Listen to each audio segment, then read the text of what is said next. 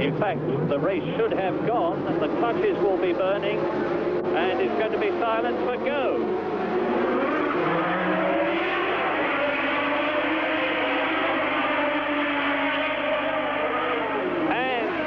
Roberto Guerrero joining from the pit lane 30 seconds after the start of the race because he had an engine problem in practice and it had to be changed. Sure enough, it is Arnoux leading. There in third position is Riccardo Patrese. Prost is in second place. Lauda is in fourth place. Rosberg is in fifth place. And Piquet is in sixth position as they go up to the Parabolique, the second gear, 90-mile-an-hour corner.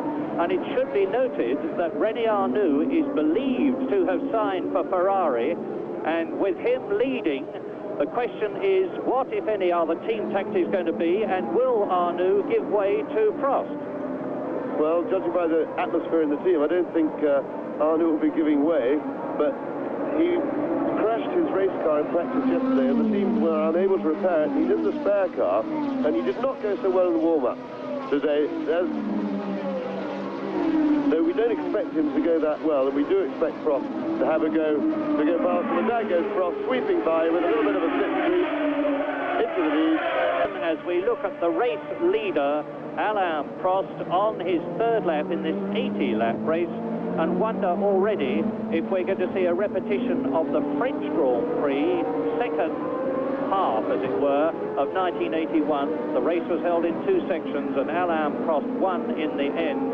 And he's now got quite a substantial gap. But look at the battle between the two Brabham BMWs. It's still Patrese in third position and Piquet in fourth place. Then Niki Lauda well up in fifth position. Behind Niki Lauda in fifth place, it is Derek Daly, and then Andrea De Cesaris. So there is Arnoux second.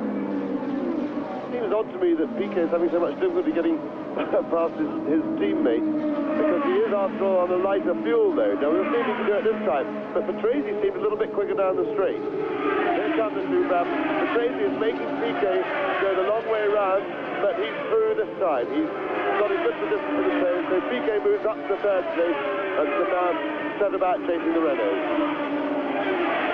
And Niki Lauda in fifth position, the leading non-turbocharged car in the Marlboro McLaren, with Keke Rosberg right behind him. Now there at the Parabolique, climbing uphill after plunging down, go the Renaults. There are the two Brabhams, and the Brabhams are not definitely pulling away, as you will see in a moment, from the leading non-turbos, because there is the first Brabham, there's the second, Niki Lauda behind, then Keke Rosberg, then De Cesaris, then Daly, and here, meantime, is Prost coming round the 4G, believe it or not, Cours de Pouar in fifth gear at 150 miles an hour, coming into the fairly long straight with Piquet, Patrese, Lauda, Rosberg, then De Angelis, that's Bruno Giacomelli, and then John Watson. And John Watson is now in 13th position. Michele Alboreto is in front of him. Derek Warwick is surprisingly well up in the Coleman in 15th place.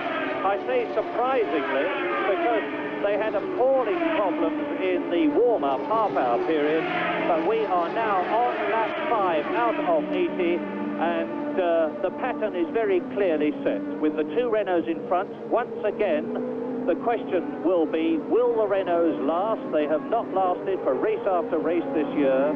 Indeed, between them, the two Renault drivers have retired 19 times. There's Piquet in third, pulling away from Patrese in fourth, who's got Rosberg behind him fifth, Lauda sixth, De Cesaris seventh, Daly eighth, Lafitte is ninth, Giacomelli is 10th, and somebody smoked the back of his car, smoking. It's Guerrero's car. Guerrero had the engine change after the warm-up this morning. A very unhappy Colombian driver, and it looks as though he's going to be out of the race soon. Coming up to complete lap 5, Prost and Arnoux, followed by Piquet.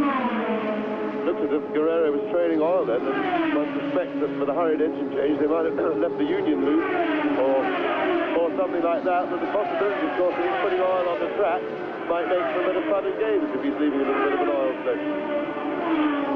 Well, it may be the Swiss Grand Prix, and there is John Watson ahead of Bruno Giacomelli, who was in front of him on the previous lap, so hopefully John Watson, from a British point of view, is starting to climb through the field. He went very well in the warm-up period. He was 7th fastest.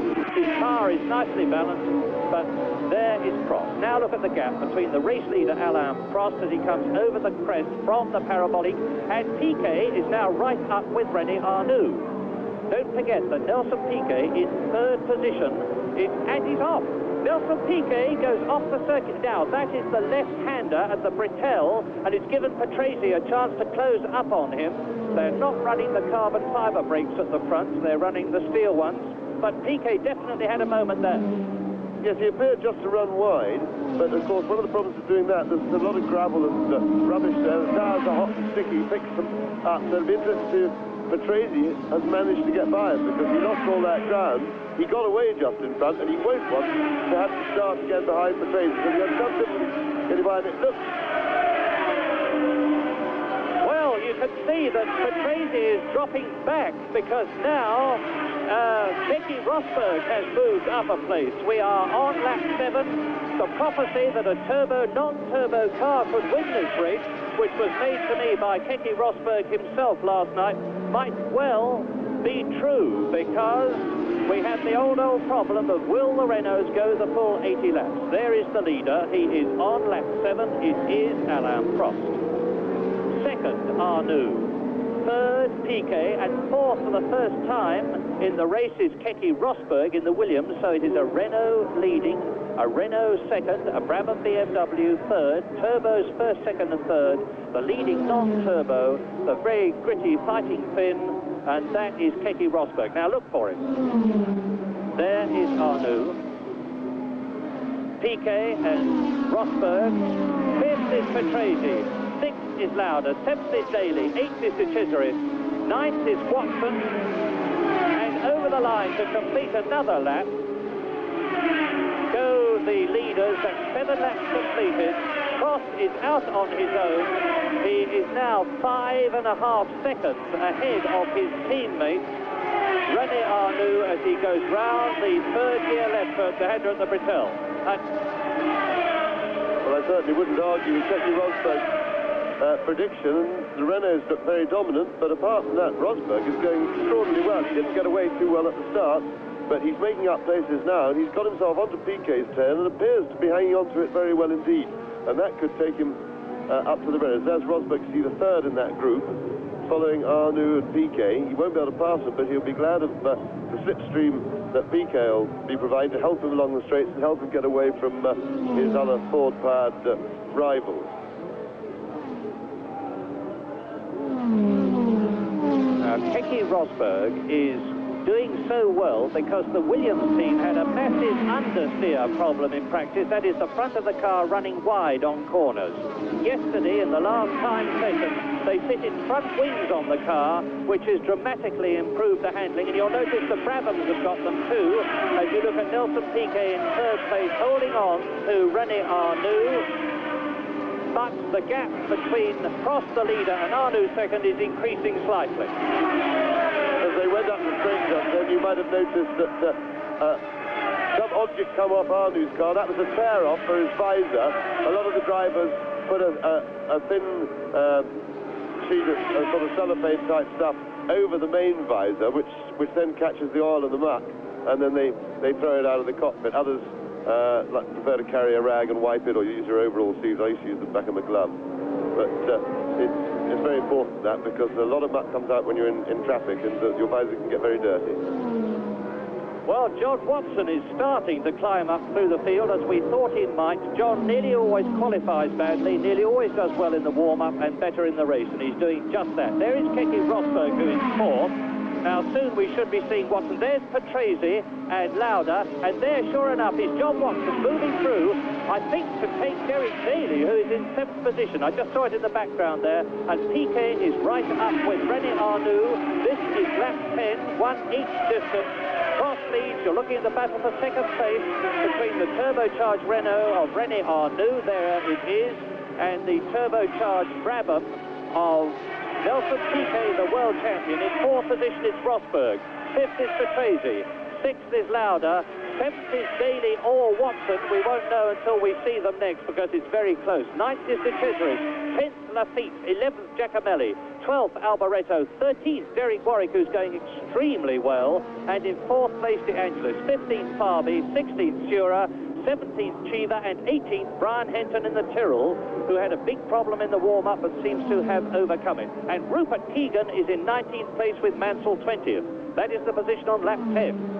There's the battle for second.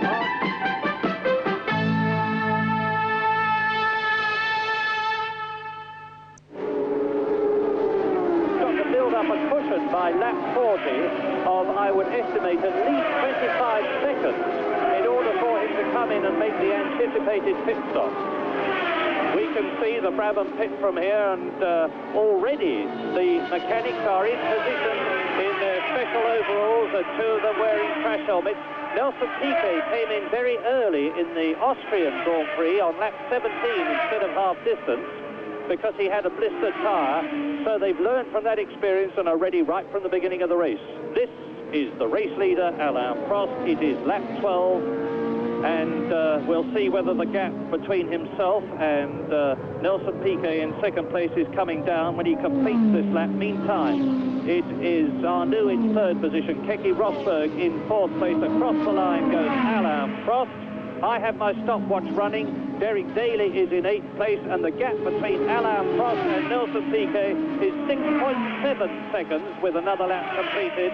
It is Prost leading, Piquet second, Arnoux third, Rosberg fourth, Lauda fifth, Patrese sixth, Watson seventh, Daly eighth, De Cesaris ninth, Lafitte 10th, Giacomelli 11th, and Alboreto in 12th position. Nelson Piquet, second place.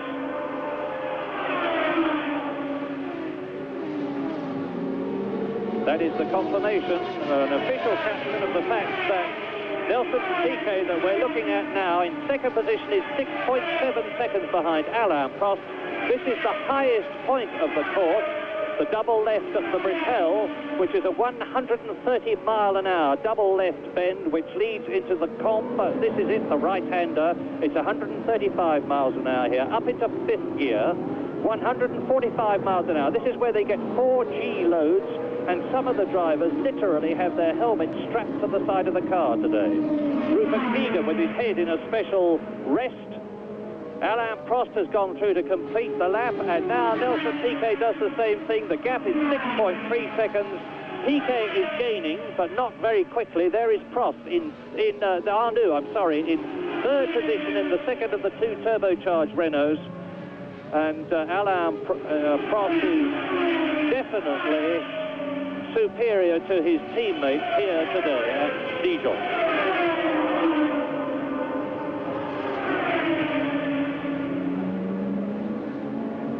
This is a downhill section to the parabolique. Now they start to climb in second gear at over 90 miles an hour. Up into third gear here. There's Piquet, second. Arnoux, third. Rosberg, fourth. And we go round the left-hander with Keke Rosberg, and he is some 5 seconds ahead of Niki Lauda. I must say, it's the most impressive performance by Keke Rosberg. Once again, he's got stuck into the job straight away, right from the start. Charge. He dealt with his other Ford rivals because he was third or fourth in the Ford race as they got away from the grid. He's fought his way up, but it's really most impressive the way he's hanging on to the turbocharged cars. They've got the car well set up, and Keke's doing a terrific job. He's, of course, one in the running for the championship, and but he'd desperately like to win a Grand Prix as well, because he is actually in a position where he could win the championship without winning a Grand Prix, which would be pretty upsetting and a pretty odd turnabout.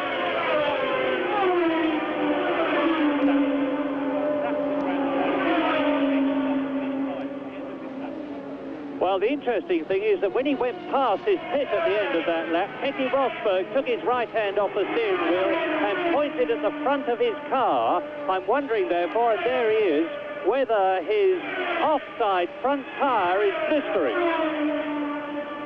I think I could see a blister on it then, but just as you said that, Murray, there's a shot of the car. I only glimpsed it. We'll have another look, but look at his left front. Well, there goes Alain Prost completing lap 15. In the background is Nelson Piquet in second position. There is René Arnoux, who is third. Behind him in fourth position, Keke Rosberg, question mark, has he got a blistered tyre? Niki Lauda is still in fifth position. Riccardo Patrese is sixth. John Watson is seventh. Derek Daly is in eighth place. Derek Warwick is in 13th position. Nigel Mansell has moved up into 17th place. Brian Hinton is in 19th place. And that is the position on lap 15 in this 80-lap race with Rupert Keegan 20th. Well, I had a look at Rosberg's front tyres as he went past our commentary position, and it looks okay from what I can see. Let's see if we get another look at it now.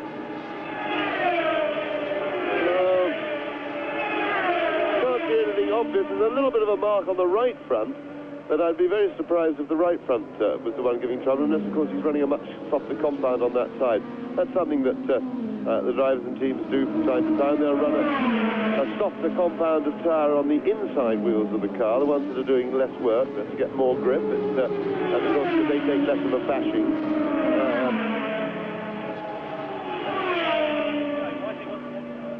Alain Prost is just done the fastest lap of the race, 1:07.4, which is just about 1.5 seconds faster than his own 1981 lap record. But of course, it is very hot here at Dijon. There are almost certainly going to be a lot of tyre problems. There were a large number of tyre problems, depending on what make of tyre you had fitted in the warm-up period. But Alain Prost there is now 7.3 seconds ahead of Nelson Piquet. There is the world champion Brazilian in second place, and he's keeping ahead of Arnoux, who isn't dropping back, nor is Rosberg there in fourth position making any impression. Niki Lauda, there he is in fifth position. Next over the crest would have been Riccardo Patrese, but instead we are with Alain Prost as he goes through shortly to complete another lap. In fact, he does so now. And I've got the stopwatch running, and it looks to me as though Nelson Piquet is not making any impression at all on his lead. Indeed, if anything, he's dropping back. 7.1 seconds. Arnoux still third. Rosberg goes through no signals this time. And there is Niki Lauda in fifth position, the ex-world champion, who had a tyre and wheel stolen from his pit overnight, one of his race sets, and he had to completely set up the car with 3 scrub tyres and a brand new one in the warm-up period, and that was a very disheartening experience for the McLaren team and for the ex-world champion, but he doesn't seem to have let it bother him. There's a big gap now between Lauda in fifth position and Patrese, as into the pit comes Bruno Giacomelli. Now, this could be the first of what we're going to see as many tyre stops. No, he's having a friendly conversation. Meantime, the new tyres and the Alfa Romeo team run on Michelin tyres, so they definitely had a better tyre for qualifying, but have they got a better one for the race? That smoke coming off the wheel there, that's just brakes. That's just perfectly normal function. The brakes get a little bit hot and smoky, low front brakes. And there he goes, up and away, but he's lost plenty of ground. So there is Nelson Piquet, still struggling and making no impression on Alain Prost, and so Prost now looks very dominant in the race, and it really becomes down to the question of whether the Renault team have got it together and whether they can hang on and finish the race. And of course, Prost has not had a happy season in terms of reliability and finishing. There is confirmation of the gap between Prost and Piquet of over 7 seconds. So it's really a question now of what can Keke Rosberg hang on to the turbocharged cars? Are his tyres going to be all right? Because he's obviously concerned about them. And John Watson up into 7th place and driving a very good race and ready to challenge his teammate Niki Lauda. Well, as I talk to you, John Watson has moved up into 6th position behind his teammate Niki Lauda. Now there is Prost completing his 19th lap in this 80-lap race, and in the background you see Nelson Piquet with Arnoux behind him. The gap is 7.4, and Keke Rosberg is still in 4th position as we go round the right-hander with second place man Nelson Piquet. Lauda is still 5th, but John Watson is the man of the race, and don't forget that John Watson is in third position in the World Championship, only 3 points behind Keke Rosberg, who is ahead of him in the race. And to the delight of the British spectators here, both the Tolmans are unexpectedly going very well indeed. I say unexpectedly because they had so many problems in the warm-up. Indeed, Derek Warwick is in 12th position, and his teammate, Teo Fabi, the brother of the Formula 2 champion of 1982, Corrado, is in 13th position. Lap 20 then. Prost leads, Piquet second, Arnoux third, Rosberg fourth, Lauda fifth, Watson sixth, Patrese seventh, Daly in 8th position, De Cesar is 9th, Lafitte 10th, Alboreto 11th, and Warwick is in 12th position.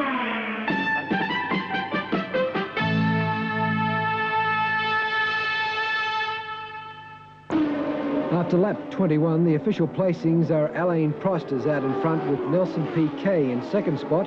And we've got René Arnoux in third, Rosberg is fourth, Lauda is in fifth spot, and Watson is in sixth spot. Now it's back to Dijon with our commentators Murray Walker and James Hunt. It does look as if we're in for both tyres and tiredness as major features of this race.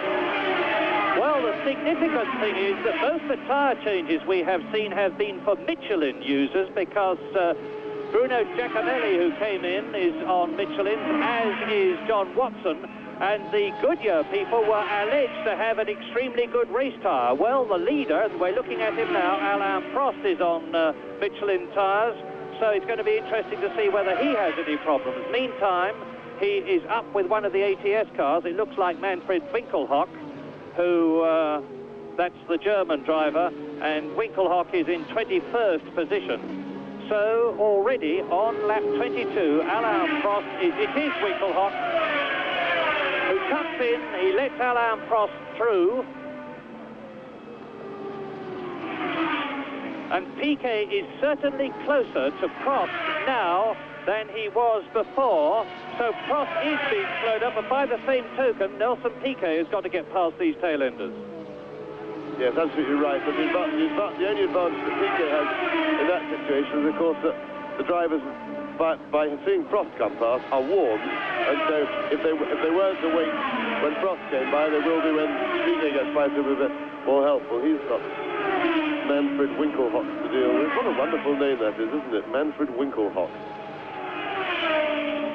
Well, it's true because, not that it's Manfred Winkelhock, it's true that Piquet is gaining. The gap is down to 5.1 seconds now on lap 23 as Derek Warwick exits the pits. He has changed his Pirelli tyres, so it's a bit of most of them coming in to change tyres. No Goodyear users yet that I know of.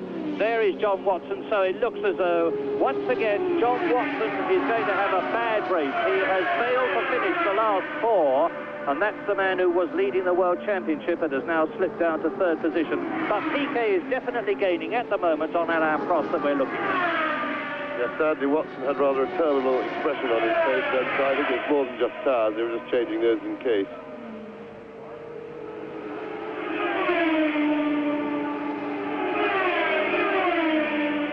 That Prost doesn't seem to be dealing with the back markers that quickly, whether he's also losing a little bit of grip with his tyres, because he doesn't seem to be going quite as quickly as he did at the beginning of the race, when he just flew away from the field. And of course, Piquet is definitely gaining, but we'll have to wait till they clear the traffic so we know whether it's straight out and out speed that's catching up, or whether it's the messing around in the back markers. On lap 24, it looks to me as though Nelson Piquet, the world champion in the turbocharged Brabham BMW, is dealing better with the traffic, or having more luck, as John Watson leaves the pits after a very, very long stop, than race leader Alain Prost, because now the gap is down to 4.7 seconds. There is Piquet passing Winkelhock, who was one of the first men that Alain Prost got through. John Watson's down to 24th position now, incidentally, which is the last runner but one. So all his hard work was to no avail, or very little avail. And as James says, when Alain Prost has got a clear track in front of him, and Piquet has dealt with the tail-enders, we will know what the situation truly is in the race. And the gap now is down to, yes, it's 4.9 seconds. There is Prost. That's Arnoux past Winkelhock, and he's still in third position. Prost leads. Piquet second, Arnoux third, Rosberg fourth, Lauda fifth, Patrese sixth, Derek Daly seventh, De Cesaris eighth. I get the impression, although as we say we can't really tell the track's gone, that Prost has slowed down a bit. Maybe that his tyres are going off because his car appears healthy. But Arnoux is also coming with Piquet and catching Prost again. And that certainly wasn't the form we saw in the first five or 10 laps of the race. So it looks to me as if we may have a little bit of bother for Alain Prost, a little loss of grip. Now he'll have to make a decision if that is the case, whether to stick with it or whether to come in and put on new rubber. There's Piquet at the Cours de Poix, and that is Eddie Cheever with Nigel Mansell, and Eddie Cheever is in 13th position and Nigel Mansell is 14th. And now you see the way the Brabham BMW deals with Eliseo Salazar.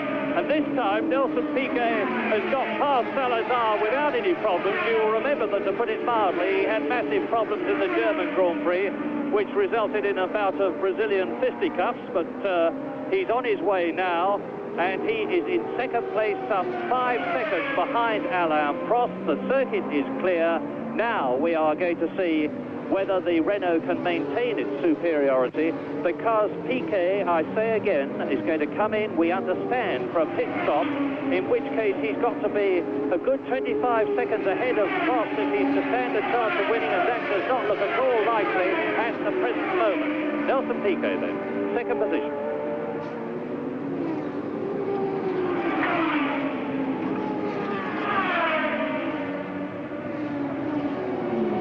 He's pulled away from Salazar. This is the tremendously demanding 145-mile-an-hour Cours de Poix, up into fifth gear here.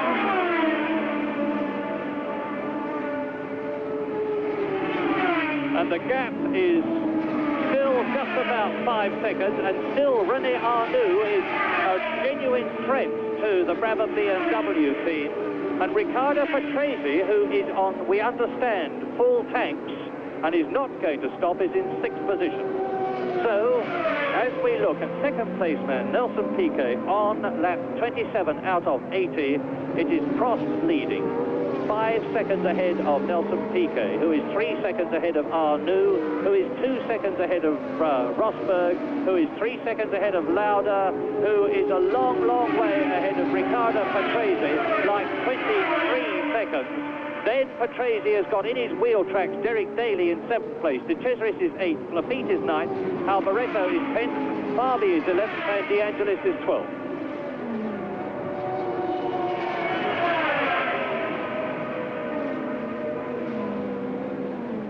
Nelson Piquet, second place, lap 27, and whilst we are talking to you, we are trying to work out amongst ourselves why John Watson stopped, and frankly we don't know the answer, but I can tell you that now Nelson Piquet is back again in the gaining groove, because the gap between himself and Alain Prost, and there is Piquet, is down to 4.3 seconds.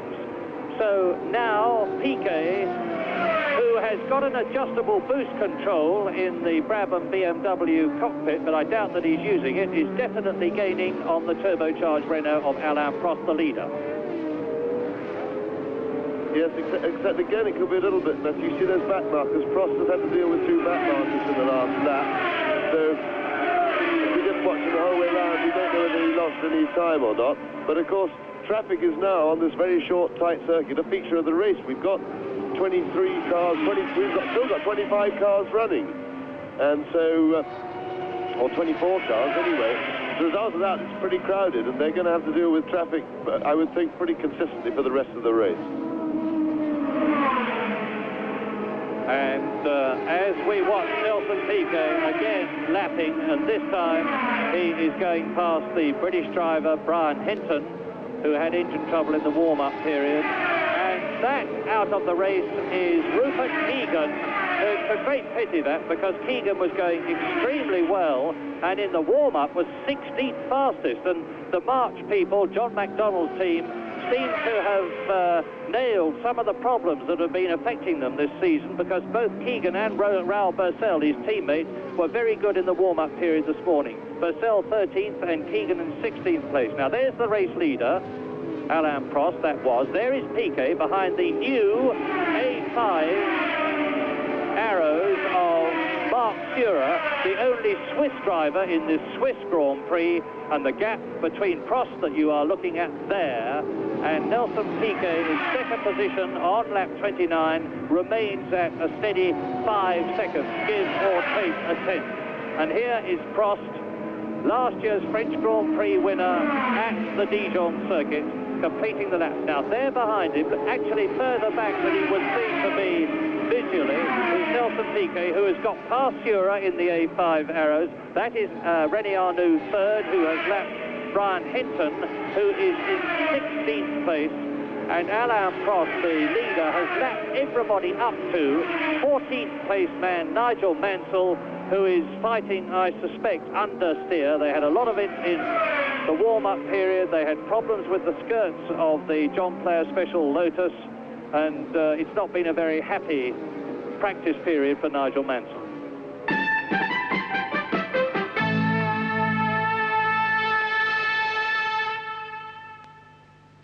He's really trying, Nelson Piquet, but Alain Prost, this incredibly cool Frenchman, who, by the way, has here at Dijon re-signed for the Renault team next year, whereas René Arnoux has not, and we understand may already have signed for Ferrari. But there is Prost leading. There is Nelson Piquet in second position. René Arnoux in the second Renault is still third. Keke Rosberg is now some 6 seconds behind Arnoux in fourth position. 3 seconds ahead of fifth place man Niki Lauda, who is 30 seconds ahead of Riccardo Patrese. And as far as the Brabham BMWs are concerned, this is the man on whom their hopes rest. There, and that was Nelson Piquet. Now there is Teo Fabi in the Tolman. That is Eddie Cheever. And there is Alain Prost. Piquet, second. Lap 32. We're still not up to half distance.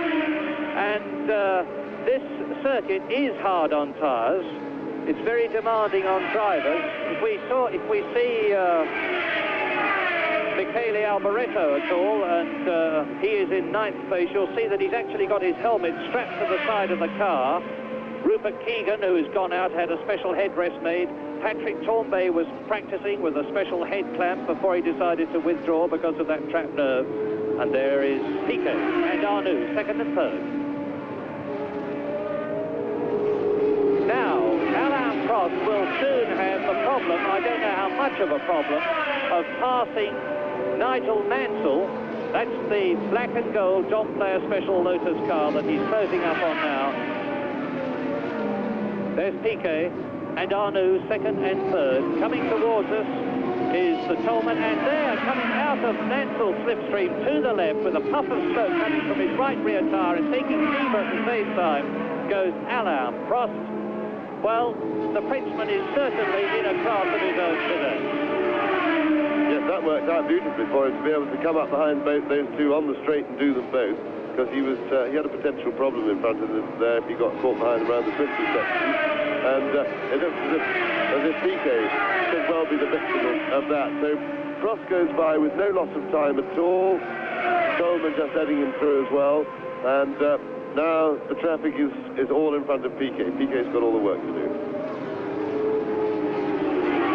Yes, and with Arnoux now some 6 seconds behind Alain Prost, it looks as though Prost is demonstrating to his teammates, between whom there is no love lost after the French Grand Prix at the Paul Ricard circuit this year, when Arnoux refused to obey team orders and allow Alain Prost to improve his World Championship positions. And somebody coming into the pits there in the background, it looked like Jarier to me, but now I think it's Teo Fabi. It's either Jarier or Fabi. We'll identify for you.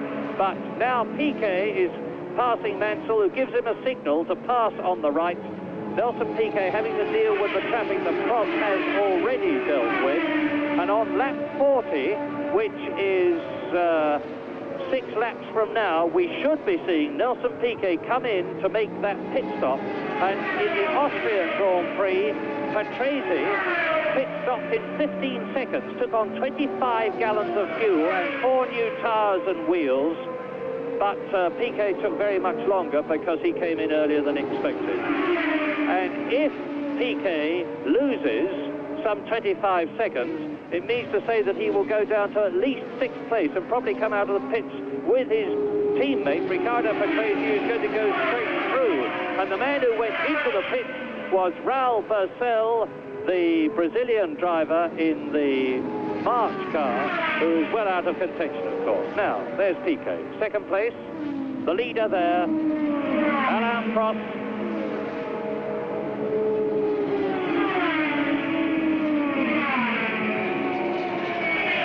Well, you can see how hard Nelson Piquet is trying. Now, I'll probably be able to get a gap here on Prost, and the gap between Prost and Piquet is 4.61 seconds.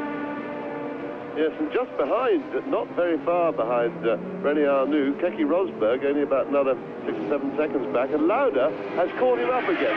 In the early part of the race, Rosberg went past Lauda, got away, and looked to be quite superior. And Niki Lauda, usual good old tenacious stuff with the car well set up, has now clawed his way back pretty much onto Rosberg's tail, and it'll be interesting to see if he can make any impression and get past him. It's perhaps early days in this 80-lap Swiss Grand Prix on lap 35 to be talking about the World Championship. But as we look at the reigning world champion, Nelson Piquet, who should soon be coming in for his petrol and tyre stop, and now join the leader, Alain Prost. If Alain Prost wins this race and gains 9 points, that would add to the 25 points he's already got, making 34 in all. But the joker in the pack, and there's one of the Talbots in, it's Eddie Cheever in and Eddie Cheever out. The American has had it, the race is over. It's not been a good season for him or for Talbot, frankly. The new JS19 has not lived up to the hopes that its designer Jean-Pierre Jabouille had for it. And that's Cheever. Well, now that's odd. That is very odd indeed. So it was Lafitte out and Eddie Cheever rejoining the race. And rejoining the race in front of John Watson, who passes him. And Watson, of course, having already been into the pits, is well out of the running, and we are on lap 36 now. There is René Arnoux. Both the Renaults are proving to be reliable. Jean Sage, the Renault team manager, told me just before this race began that they hadn't felt it necessary to do anything to the Renaults in terms of performance, but after all the problems that they've been having this year, they were determined to do something about reliability. And they have checked and counter-checked everything, because although this is the Swiss Grand Prix, if Renault fail to do well in France, there's going to be some questions asked at the end of the race. 3rd place man, René Arnoux. And he's gaining on Nelson Piquet, who's in 2nd position, now some 4.6 seconds behind the leader, Prost. There's only 6.4 seconds between the 1st and 3rd men. Yes, René looks very well placed at the moment. I'm glad that Jean Sage has finally noticed that their reliability is up the spout. We'd all noticed it quite a lot earlier than that, but because it's been a real shame. The car is beautifully built. It's a very, very good chassis. The engine is obviously powerful. We can all see that. And it's been really a shame this year that Renault have killed their potentially dominant performances by silly little breakdowns all the time. So, however, they got it together in the French Grand Prix. Now they're back on their home soil once more. They had their 1st and 2nd there, which is extremely welcome. And they look very, very well placed for a 1-2 again here. Piquet seems to be struggling to maintain the pace with them. And Arnoux, despite the fact that he's in the spare car, seems to have settled very well and seems to be sort of gradually gathering in strength. René Arnoux smashed his race car very badly in practice yesterday and had to go out in the spare car and get that set up. And you can see for yourselves, as James has said, that he's certainly hanging on extremely well. 4.8 seconds now between Prost, the leader, Nelson Piquet, second place, and who should very soon be losing it. This is lap 38. We expect Nelson Piquet to come in on lap 40 for his change. And I'm now looking across the circuit as I talk to you, and looking at the packed Brabham pits, and there is a hive of activity there. The mechanics are definitely getting ready. They're looking down the pit lane, and the board will soon go out. Yes, I can see the number 1 board with the red outside being held out, or going to be held out, to Nelson Piquet. There he is, and out goes the board. It's not to tell him to come in. They're showing the reverse side of the board, and meantime, as you can see for yourself, René Arnoux is closing right up on the Brabham BMW. The difference between Piquet now and Arnoux is 1.1 seconds. Renault leads Prost. Brabham BMW second, Piquet, there he is. Renault third, Arnoux. Williams fourth, Rosberg. McLaren fifth, Lauda. Brabham BMW sixth, Patrese. Alfa Romeo 7th, De Cesaris. Tyrrell 8th, Alboreto. Williams 9th, Daly. Lotus, John Player Special 10th, De Angelis. Then his teammate in 11th place, Nigel Mansell. Brian Hinton is in a good 12th place. Mark Schurer is 13th, Jerrier 14th, Winkelhock 15th, Giacomelli 16th, Cheever 17th, and Salazar in 18th position. John Watson is up to 19th place, and Rupert Keegan is out of the race now, as is Derek Warwick. And there is the battle for second place. There is the leader. And they've just shown Piquet the inboard. The Brabham team had it ready, but didn't hold out the previous lap. So they're going to come in, obviously, exactly on lap 40 if Piquet chooses to take heed of it now. Of course, the driver has an option. If he's terribly busy doing something else, he can always come in a lap late or something like that. But I dare say he'll come straight in, which of course will put the two Renaults in a pretty commanding position. But Rosberg is not very far away. He's 7 seconds, or rather less than 7 seconds, behind René Arnoux, and Lauda right behind him to sweep up the bits of anything that's wrong. So we've got a pretty close packed field, which is a heartening sight after the fairly processional races we've had up until Austria, which derived most of its excitement with lots of breakdowns and surprises and changes towards the end. But this is a very good race. Well, all eyes now on Nelson Piquet, because soon René Arnoux, who is close, there he goes into the pit. He's slowed down. Now you're going to see the Brabham BMW second pit stop. The first one was in Austria when Piquet came in. The second race this is. Then Patrese stops. Now, how long is it going to take Nelson Piquet to take on 25 gallons of fuel from the pressurized containers and 4 new tyres and wheels? The tyres have been preheated in a special oven to race temperature. You can see the turbo flashing there, the flames coming out of it.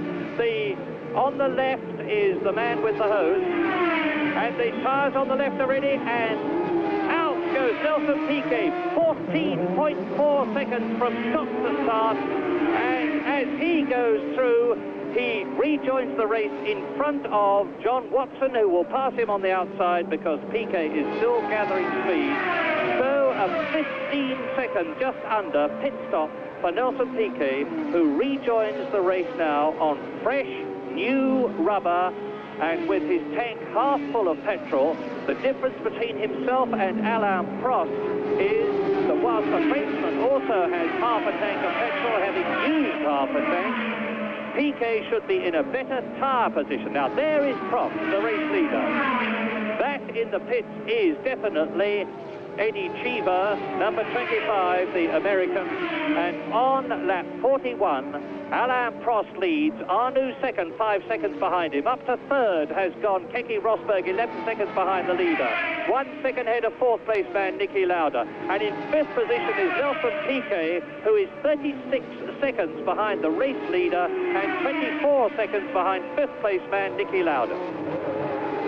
And those 5 are the ones from whom the winner will come in this race, unless decay sets in, because Riccardo Patrese in 6th position is 65 seconds behind the race leader, and Prost, who is leading, has lapped everybody up to Derek Daly, who is in 9th place. Well, that was a very good pit stop once again by the Brabham team, almost exactly the same time as it took them to turn Patrese around in Austria a couple of weeks ago. And he lost a little bit more on the road because, as you probably saw as he came in, the pit entry is a little bit tight. It's got a nasty little chicane, so it's rather a slow pit to get in and out of. And he's lost really 40 seconds on the road. He was out 36 seconds behind, but he lost 4 seconds on that first lap getting the car going again.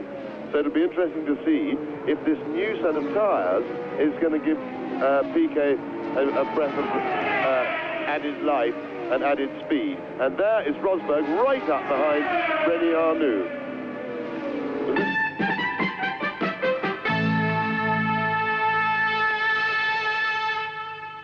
Official placings after lap 44 of the 80-lap race.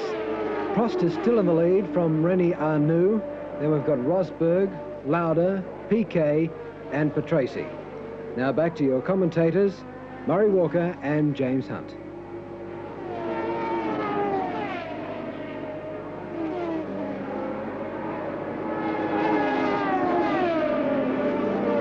Prost is on his way, number 15, to the 5th Grand Prix win in his career. He's driven in, this is his 41st Grand Prix. He is ahead of the Alfa Romeo there of Andrea De Cesaris, who is in 8th position. And the next man he has to tackle is Michele Alboreto. And there is Prost. And Piquet is still just about 40 seconds behind him as Alain Prost, the race leader, comes through shortly to complete now lap 44.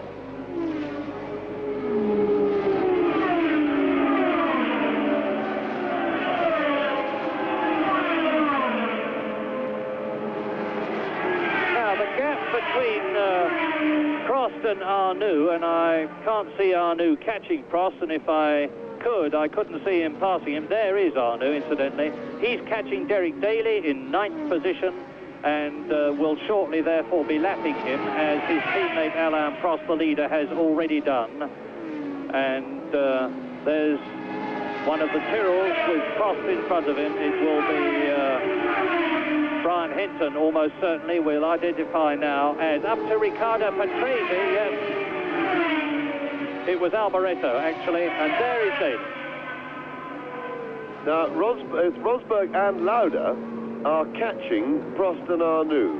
The gap, Lauda was something like 12 seconds behind Alain Prost, and it's down to 9, but there has been a bit of traffic around, and Prost has had to pick his way through, and of course Rosberg and Lauda will find traffic potentially more difficult to deal with because they don't have the extra power of the turbo to do all their passing on the straight. So again, we're going to have to wait till the traffic goes, but one thing it is for certain, Rosberg and Lauda are still very much in this race and very much in with a chance to win. The Renaults are in a most uncomfortable little lead, if of course it's uncomfortable to lead at all, but it's not that comfy to have a couple of very reliable cars being very well driven, breathing pretty much down your neck. Yes, look at the front tyres of Prost's car as he goes down the descent of the parabolic and now climbs.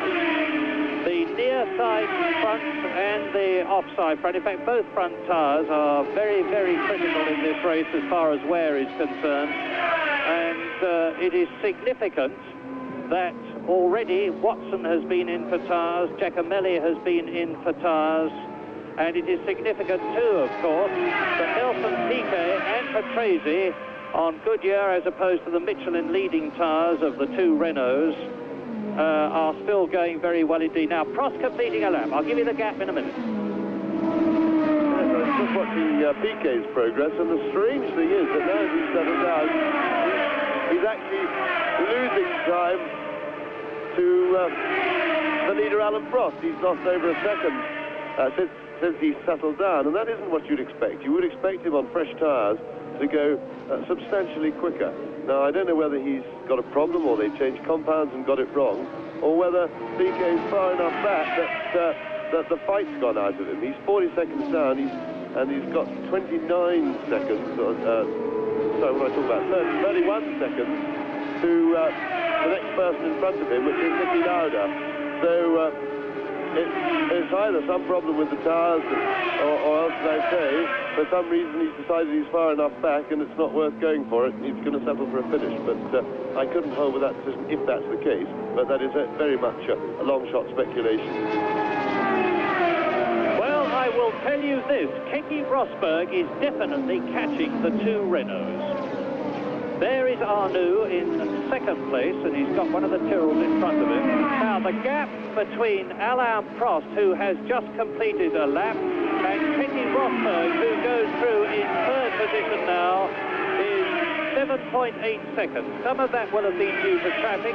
It was over 9 seconds, and has been down to as little as 6.5, but is extended slightly. But meantime, we're looking at the second place man, French Grand Prix winner René Arnoux, the chap who, next to Niki Lauda, has got more pole positions to his credit than any other present-day Grand Prix driver. And the Frenchman now, in the Renault, takes the parabolique. He is 4.5 seconds behind his teammate, Alain Prost. And the gap between Prost, Arnoux, and as Arnoux rides up onto the curve there, he goes wide, and Alboreto is behind him. Alboreto in 7th place, who has been lapped, and that won't have done the Renault suspension tyres, or perhaps Arnoux's self-respect any good. It doesn't seem to have affected him in terms of performance at all as he goes around the parabolique. And now... Yeah, look, like, here we are. We see it again. Now, he's having a look on the inside of Patrese, but he's really... No, he's just a concentration lap. He's not really looking where he's going. And... that was just a straightforward little mistake, which he retrieved all right. That'll wake him up and remind him of the job in hand and probably do him some good, because I don't think that little jump over the curb there was a very serious one. It shouldn't, no reason why that should have damaged a skirt. Lap 49 of the first Swiss Grand Prix since 1975, being held at Dijon, France. There is Nelson Piquet, who is now 43 seconds, as near as makes no difference, behind Alain Prost, and therefore does not look to be in the running. He is ahead of his teammate, the 6th place man, Riccardo Patrese, and we look at the Talbot of Eddie Cheever and the new A5 Radio Arrows of Marc Surer. There is the Swiss driver. And the positions on lap 49 now are still Prost leading, Arnoux second, Rosberg third, Lauda fourth, Piquet fifth, Patrese sixth, and he has been lapped. So the race leader has lapped everybody up to the 5th place man, and the gap between Rosberg, who is dealing with traffic, and there he is, and Prost is up to nearly 12 seconds now. Rosberg clear of the traffic, Prost clear of the traffic, and Rosberg still having to fight his way through it. René Arnoux in 2nd place on his own, and there are 30 laps to go still at the end of this one. So there's still plenty of time and opportunity for the positions to change. But meantime, Keke Rosberg is looking good in World Championship terms. 4 points he would get for 3rd position, and that would move him up into 2nd place behind Didier Pironi, who is still in hospital, of course. And the news of Pironi, incidentally, is that he is mending extremely well after the appalling practice accident he had for the German Grand Prix. Now, across the line, there is the race leader, Alain Prost. Clear field in front of him, clear field behind him. The next man you see should be, if we look down the straight, and I don't think we're going to, be René Arnoux. Well, the gap is some 11 seconds between Prost and Arnoux now, and the gap between Prost and Rosberg, who's having a terrific scrap with the Angelis, who he has lapped, is 17 seconds. 17 seconds between 1st and 3rd. I'm afraid we're not getting the best direction at all, because Lauda was having a go at Rosberg then up the straight. We can't see the outcome from our commentary position, and the director seems to be concentrating on other things that are quite irrelevant. But and they were in the thick of the traffic there. So Lauda is challenging Rosberg.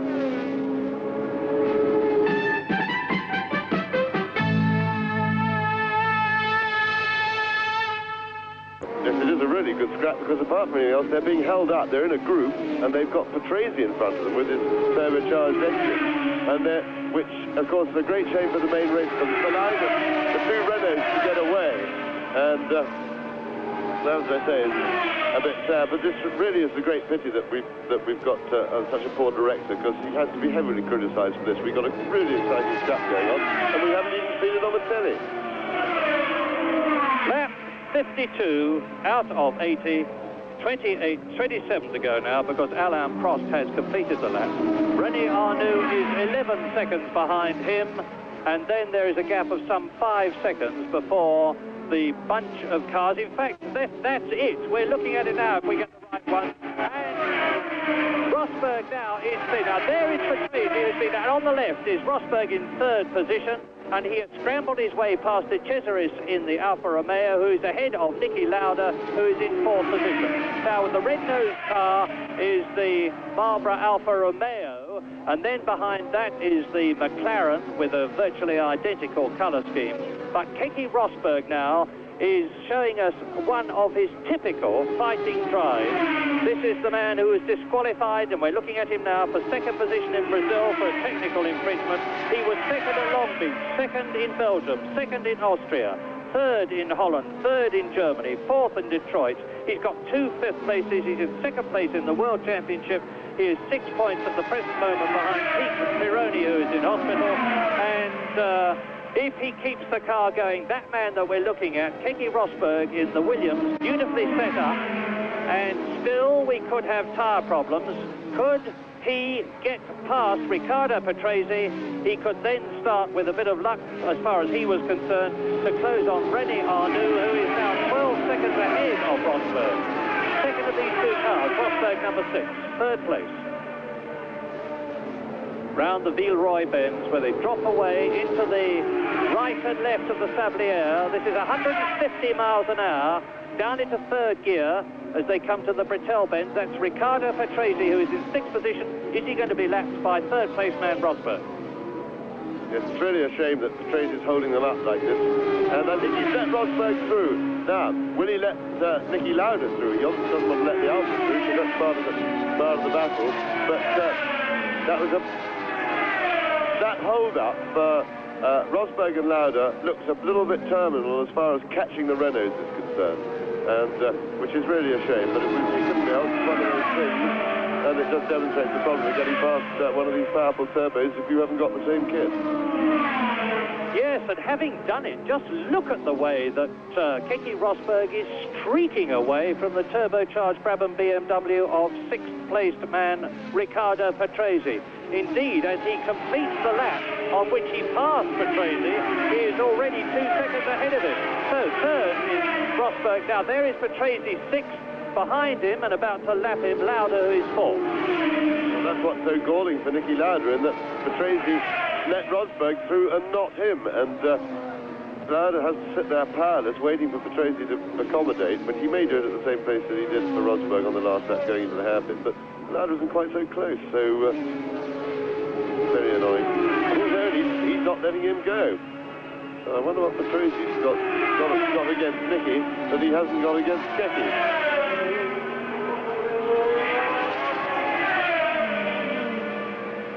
This is the Brettel bend. Correction, so this is the 2nd Brettel bend, 2 of them with the same name. Now they lead into the comp, but this is the 145 mile an hour section, and Lauda is right up with Patrese, who will put his foot down on the straight and pull away on turbo power. And this is a little bit naughty of Patrese now, because he is being lapped, not in their race, and he's spoiling their race, and he has no reason to do that, and he knows that Lauda can't pass him unless he accommodates and helps him. So that is, as I say, a little bit out of order. It may not be against any rules, but it's not etiquette, and Patrese is old enough and intelligent enough to work out what's going on, and so maybe he's got something personal against Lauda or something. I can't think why or how, but it certainly would appear to be like that for his drive. Now Niki will have a dive up the inside this time. Can he do it? Yes, he does. And it was at the parabolique that Patrese let Rosberg by.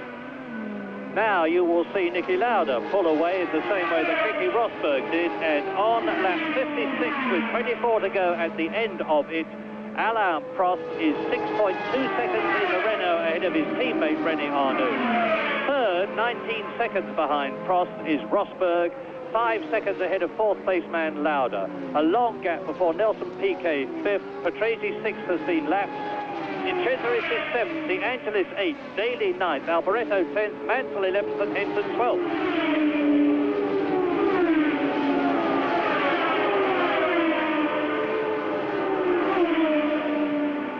Well, it's really a great shame that tangling with the back markers for Rosberg and Lauda has taken them from being right behind René Arnoux to a gap of something like 13 seconds. And that shows just how much damage back markers can do if they're being... I wouldn't say that Patrese was actively uncooperative. He just wasn't cooperative. He wasn't the only one, too. They were in a gaggle. But it's really a shame because it's ruined a close race. Or as far as Turin is concerned. However, Lauda is in striking distance of Rosberg and will doubtless be well angry with Patrese's performance. A bit of adrenaline going, so he'll be going pretty quickly.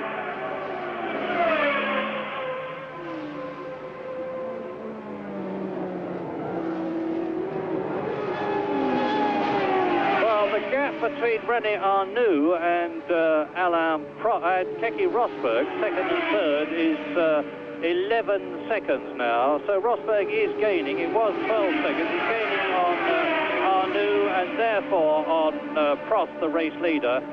But I can't say that the Renaults are in any danger, and it does look as though for the second time this year on French soil, the Renaults are on their way to a first and second, but in the reverse order as far as drivers were concerned.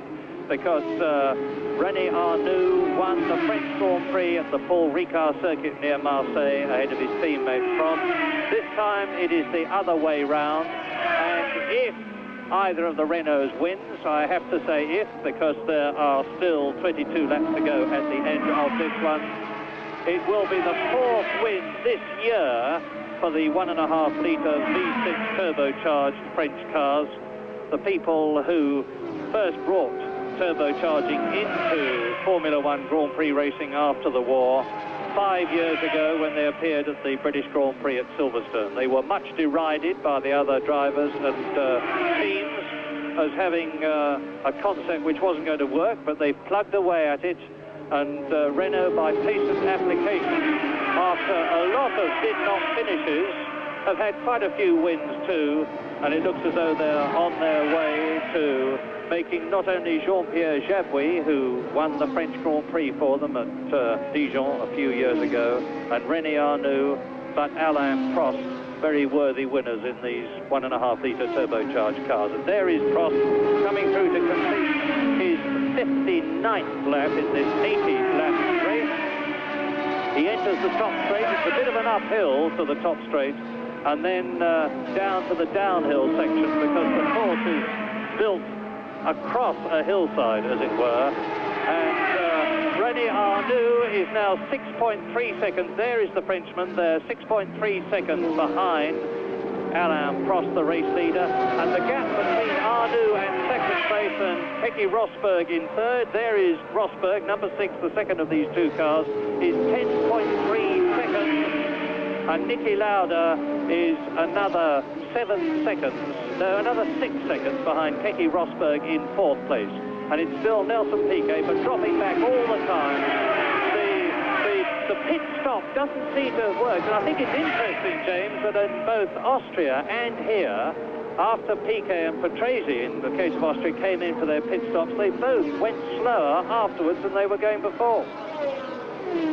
Yes, I think that dominance of Renault this time, it's a swap in the car, or in Austria, I was saying, one of the...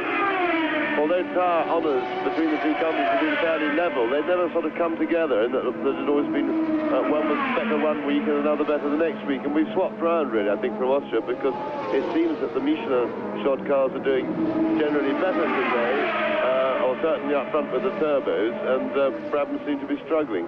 But the trouble is, Piquet still, despite having made his pit stop, he's still a long way ahead of teammate Patrese, who started on full tanks with his car set to go the distance. So the hare is doing better than the tortoise.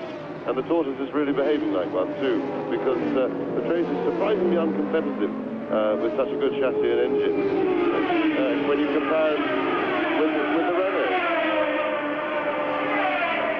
Well, I get to 6.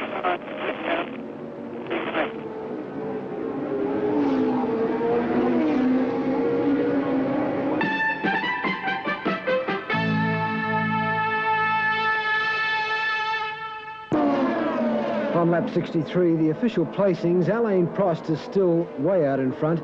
He has about a 12 to 13 second lead over Rosberg. Then he's got his teammate in second spot, then Rosberg, Lauda, Piquet and Patrese. They're on lap 63 of the 80-lap race. At this particular stage, we don't have commentary from Murray Walker or James Hunt, so we'll just stay with the race. And there on your screen, you see Alain Prost, who seems to be having a pretty comfortable sort of a run in this Grand Prix, and all going well. He looks as if he's going to run out with this one with a rather easy sort of win. We're on lap 64 of the 80-lap race, and Prost is doing it rather comfortably at this particular stage. It was thought at one stage that Piquet, with his turbocharged Brabham, would be the main challenger to Prost, but this doesn't seem to be the case at this stage. In the meantime, commentary has resumed. We have Murray Walker and James Hunt at Dijon. 7th is Nigel in 12th position, and they're beating another lap. Now the gap between Prost and Arnoux completing the lap is 6.7 seconds, and the gap between Arnoux and Keke Rosberg in the Williams, as he completes the lap, is 8.7 seconds. 8.7 seconds. Yes, he's sitting beside me. He's phoning you now, actually, Harold.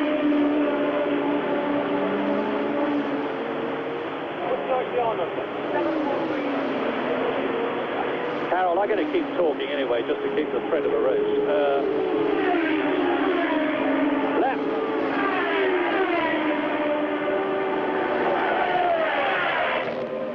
The race is in a pretty static pattern at the moment, but the pattern could change. We are looking at Alain Prost in the distinctive red-nosed flash. We have to apologise at this stage for the quality of the audio. There seems to be a problem between France and the BBC in London, but as soon as the problem has been rectified, obviously we will be taking Murray Walker and James Hunt's commentary. Once again, the lead hasn't changed. Alain Prost is still out in front. His teammate is right behind him, René Arnoux, and then we have Keke Rosberg, who is running second in the World Drivers' Championship to Didier Pironi. But Prost doing it rather comfortably in his home country at the present time, and looks like running out with the race.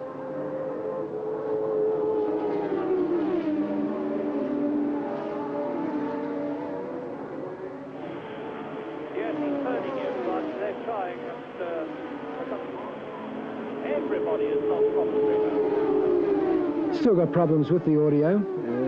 Murray Walker is doing his very, very level best to try and get it back in order again. But the race is pretty obvious to most people who have been watching that Alain Prost is doing it well. The turbocharged Renault, which has had its problems as far as reliability is concerned, but today it looks as if they've got their act together. And René Arnoux had an accident in practice yesterday. He's running his car, which was rather badly damaged at the time and didn't expect it to run as well, is doing it rather comfortably in second spot. And just for those people who wonder what Patrick Tambay is doing, well, Patrick Tambay is doing nothing in this particular race in the Ferrari. He had to withdraw because of problems that he had with the car. So that's a little bit unfortunate for Ferrari. Didier Pironi would be a little bit disappointed. Staving off the challenge from people like Prost, and particularly Keke Rosberg, who's running a very good race in third spot with the Williams car. A very, very aggressive driver, as Alan Jones has told you on many occasions. Rosberg seems to be one of those guys who takes all the chances, burns a few tyres, strains the engine to the limit, but seems to be getting the result in the absence of the world champion at this particular time. Race coming to you from the Premois circuit in France, and just to explain to you that whilst this is the Swiss Grand Prix, racing in Switzerland has been banned since a very bad accident several years ago, so the race is now being conducted in France, and it's the first time that the Swiss Grand Prix has been counted in the World Drivers' Championship points table. So it's a historic race tonight in Premois, Dijon, with Alain Prost out in front, and on your screen you see the man himself, followed by René Arnoux, once again in the yellow Renault, and Keke Rosberg in third spot. Still having the problems with the audio circuit between Dijon and the BBC, and as soon as it has been restored, obviously we'll be taking commentary from Murray Walker and James Hunt.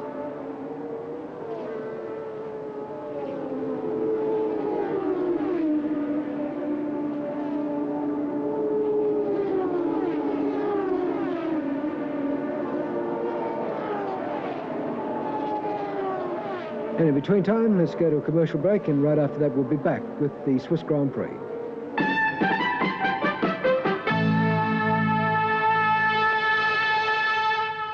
Renault engine then, and Rosberg is concertinaing them up, so I certainly wouldn't argue with that prediction.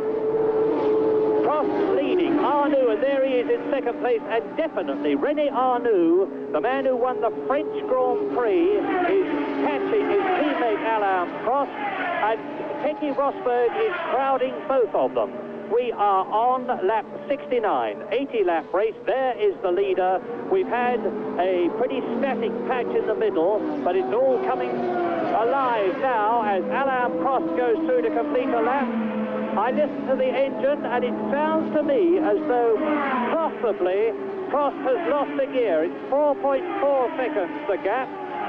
And there is Piquet, followed by Henson, followed by Rosberg, who is in third position. Fourth is Niki Lauda, and Piquet, who is fifth, has been lapped. So Alain Prost has lapped everybody up to Niki Lauda, who is fourth. Yes, Rosberg is currently making no impression on Arnoux, or none really on Prost, and he also has those back markers between him and them. So the real race now is between the two Renaults. We know there's no love lost between the drivers following the French Grand Prix debacle, or that's what Prost thought it was anyway. And Arnoux would dearly love to put one over Prost, and Prost would dearly hate to let him do it. So, and Arnoux is getting slowly but surely closer. Look at Prost, that's him now, and he's catching Andrea de Cesaris, and in the background is René Arnoux, and the gap is 4.5 seconds. The gap between Arnoux and Rosberg, who is passing Brian Henson, is down to 5.7 seconds. It really is starting to get very tense indeed. 12 seconds separates Alain Prost in the lead, and Keke Rosberg, who is in third place, and there are still 9 laps to go. They are on lap 71. At the end of this lap, there will be 9 laps to go. That's Arnoux that we're looking at, second place. Prost is still being held up by Andrea de Cesaris, and you can see that René Arnoux is catching him. Now, when René Arnoux catches him, what is going to be the situation? Will Prost let Arnoux by? Will Arnoux stay where he was?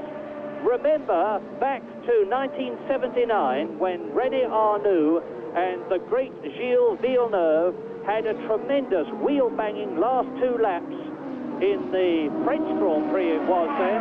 Now the gap is between Arnoux and Prost down to just over 2 seconds now. And you can see coming over the crest in a moment, there is Keke Rosberg. It's 9 seconds now between Prost, the leader, and Rosberg in third position.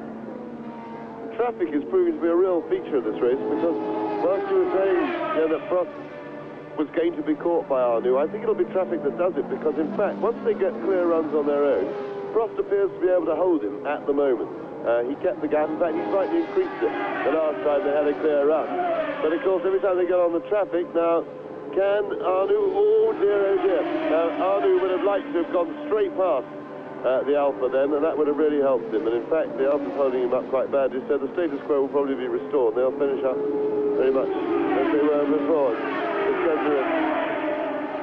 Not being very helpful for a good race. If he had any sense and he thought about it, he'd let him by, and then we could all watch the finish. And then he's in the best seat of them all to watch the finish, as long as he can keep up. He can have great fun if he just let him through and make the good finish. Well, Arnoux is through. The gap is 2.8 seconds between Prost and Arnoux, but much more interestingly, the gap between Keke Rosberg and Arnoux is 3.2 seconds. So less than 6 seconds separate the man you're looking at in third position, Keke Rosberg, who surely is one of the gutsiest drivers in Grand Prix racing today, and for a long, long time, and he's closing fast on the two Renaults. I don't know whether you noticed a couple of corners back, Rosberg is really having a go. He went well wide at the corner at the end of the straight, but he kept it all together, and he's going very deep into the corners now. It's another fine exhibition of a late charge by Rosberg. He's far and away the fastest man on the circuit at the moment. If he can just get past the Alpha all right. That's the Renault slowing. That's Arnoux surely slowing. Yes, Rosberg's right with him. And Rosberg is past Arnoux. Keke Rosberg is in second place on lap 73 in this 80-lap race. Arnoux, and I always say this, yet again it would seem that a Renault is in trouble, and now Alain Prost has completed a lap. The Renault flags are flying. Keke Rosberg is in second place. He puts his hand out of the cockpit and he gives a thumbs up to his team as he goes past. René Arnoux is dropping back. The gap between Keke Rosberg in second place, and this, I think, doing a bit of quick mental arithmetic, would put him 1 point behind Didier Pironi in the World Championship if he finished in second place. So, Keke Rosberg on his way to, it looks like, a second place. He's still going for the win, I tell you. He's really charging, and Prost is within his sight. The question is, of course, old story there. If he, one thing to get behind him, another thing to pass him. But he has got the advantage of manoeuvrability in the tight section of the circuit, and he could, for instance, do a really heroic dive inside him going into that parabolique hairpin or whatever. But first we've got to look at the gap and see if he can catch. Well, a correction. Sorry, Keke, but he would be pleased to know that he would be level with Didier Pironi in the World Championship. Now, there is Prost completing his lap. And the gap now between Alain Prost, the leader, and the new second-place man, Keke Rosberg, is 5.05 seconds with 5 laps to go at the end of this one. And once Keke Rosberg, who seems to me to be on the right tyres, and they have got the car set up so that it will go faster in the second half of the race than the first. They've got some magic tweak, the Williams team, that they won't tell anybody about, and there into the pits goes René Arnoux. Yet another race looks as though it's probably run for the Frenchman, which will sour him even more, and he thumbs back at the engine to say, yet again, something's gone wrong with my turbo engine, and that will sour him even more, I suspect, against his team. And if he hasn't already signed for Ferrari, then I would expect him to. Now, there is Rosberg. You saw the leader, Alain Prost. It's lap 75, and blasting out of the pits with a very quick stop. I can't imagine what the problem was that has been put right. Goes René Arnoux with tyres. He's had a very, very quick tyre change. There's Prost. There is Rosberg. You are now watching the battle, and a really dramatic battle, as Prost passes Arnoux, who is stopping now. Is he going to get in the way of Keke Rosberg? No. Good. Right. Rosberg on his way. Lap 76. Alain Prost leads, Rosberg second, Lauda third, Arnoux fourth, Piquet fifth, Patrese sixth, and the leader has lapped everybody up to fourth place man René Arnoux.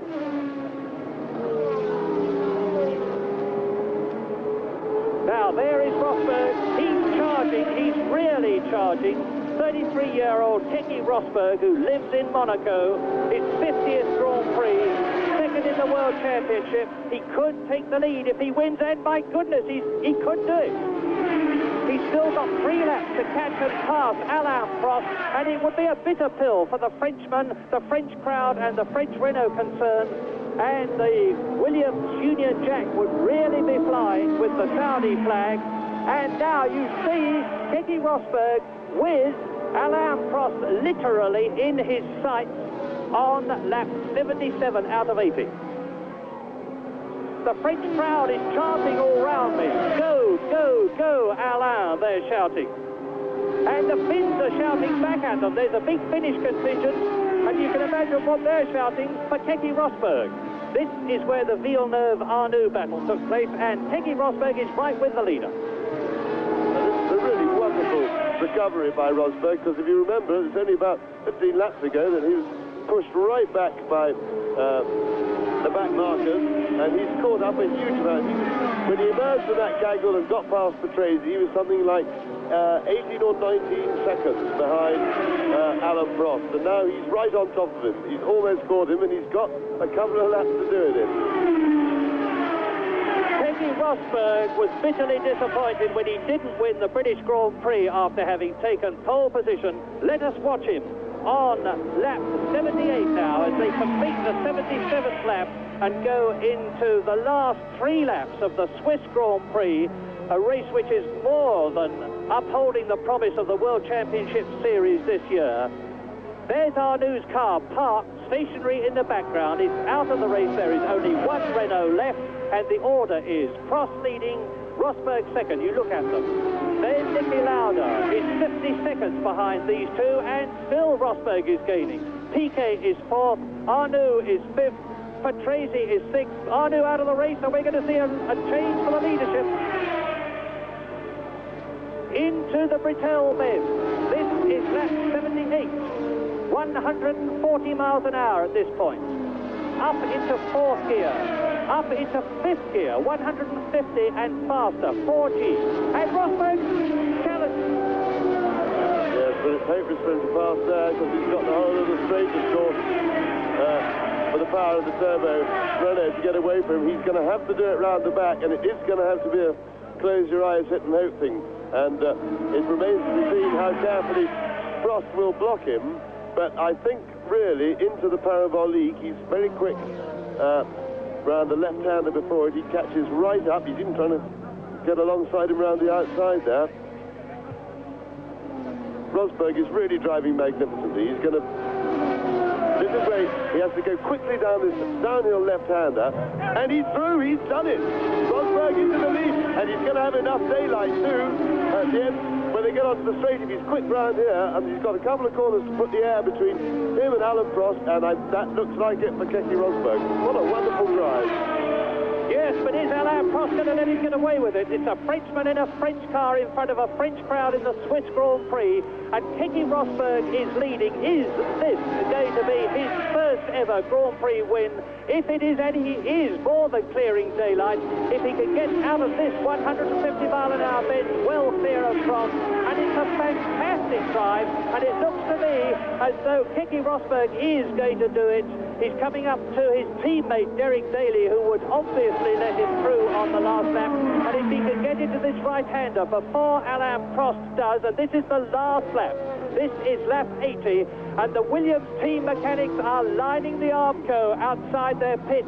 They have the Union Jack flag ready, they have the Saudi flag ready, and Keke Rosberg is on his way after a magnificent fighting 80-lap drive in a perfectly set up Williams. And look at the gap now between him and Alain Prost, who is nowhere to be seen, as Rosberg, who said to me before this race began, this race could be won by a non-turbo, and it's a turbo circuit, as was Austria, and this will be the 151st Grand Prix win of the incredible Ford Cosworth engine.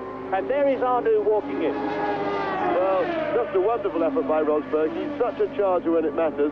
Prost, I think, must be in tire trouble. He's obviously, his car is obviously not gripping properly, or got something seriously wrong with it, and it isn't in the engine department. I think he's probably worn his tires right down to the canvas.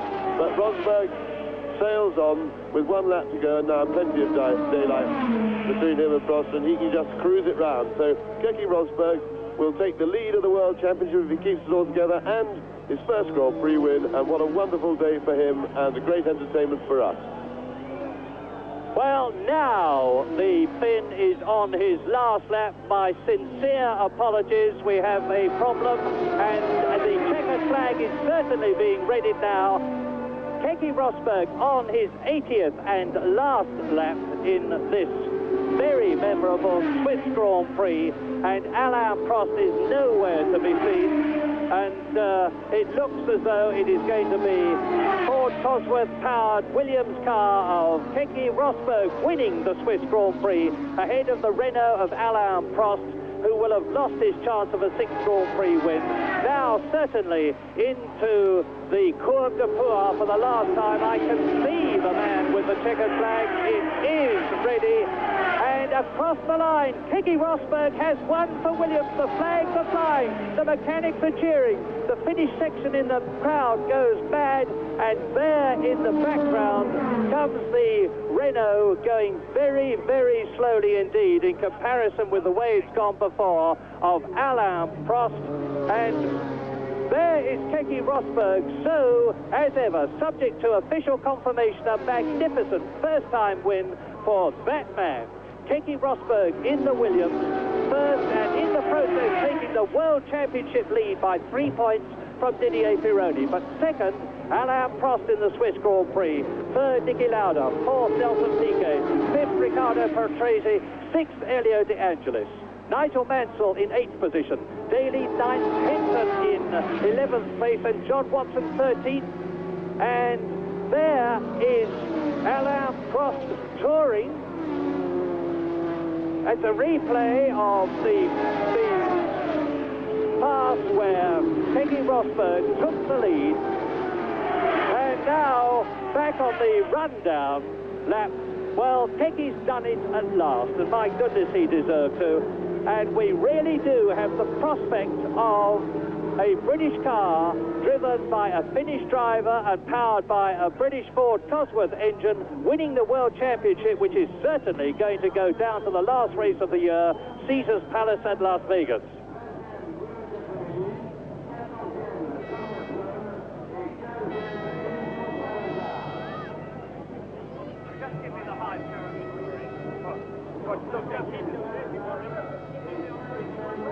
Yes, now, I said, for some peculiar reason, the Swiss Grand Prix has been run for 81 laps.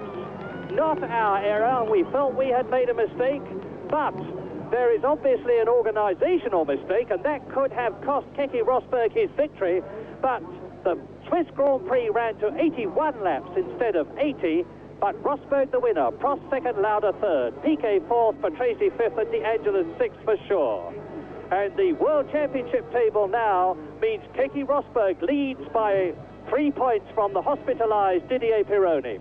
In third position, Alain Prost. Fourth equal, Watson and Lauda, the two McLaren drivers on 30 points. And in sixth position, De Angelis.